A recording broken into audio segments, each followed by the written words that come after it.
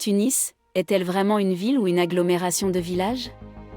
Du loin, avec un regard à la touristique, Tunis, la ville costale mélange du bleu et du vert, du rétro et du minimalisme. Un coin du Méditerranéen au effet paradisiaque. Crevant un regard local, le paysage urbain est archaïque et révèle une instabilité conventionnelle.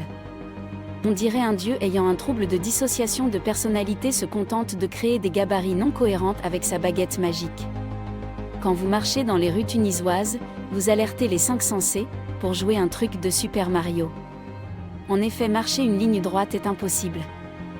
Vous devez faire attention à quand le trottoir se transforme en une café, un boutique ou un parking. Le plus amusant, c'est que vous sentez les dunes au-dessous de vous. La texture du sol est trop variable et les altitudes aussi. Vous montez un trottoir, puis vous descendez un fossé, une marche d'escalier, une terre moue, des pierres et du gravier.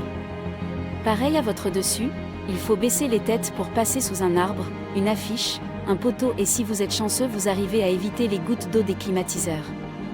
Mais qu'est-ce qui se passe à l'intérieur d'une personne entamant une telle expérience aussi frustrante en absence des liens, patterns, modèles et répétitions rassurantes? Un promeneur sera exposé visuellement à une panoplie d'événements, des couleurs inadéquates prévues d'identité visuelle, des milliers de formes sur les affiches, des marchandises de tout type. Les odeurs des fast-foods, des produits bestials, les carburants, les parfums, la poubelle. De manière à que chacune dominera l'autre et en une fraction de seconde faire sauter plusieurs thèmes à votre tête. Ce que vous entendez est aussi intéressant, les fréquences et les octaves ramenées par le vent et qui traversent des formes géométriques et des milieux différents. Une ville peut vraiment causer une dépression pour ses habitants. Les jeunes le savent inconsciemment.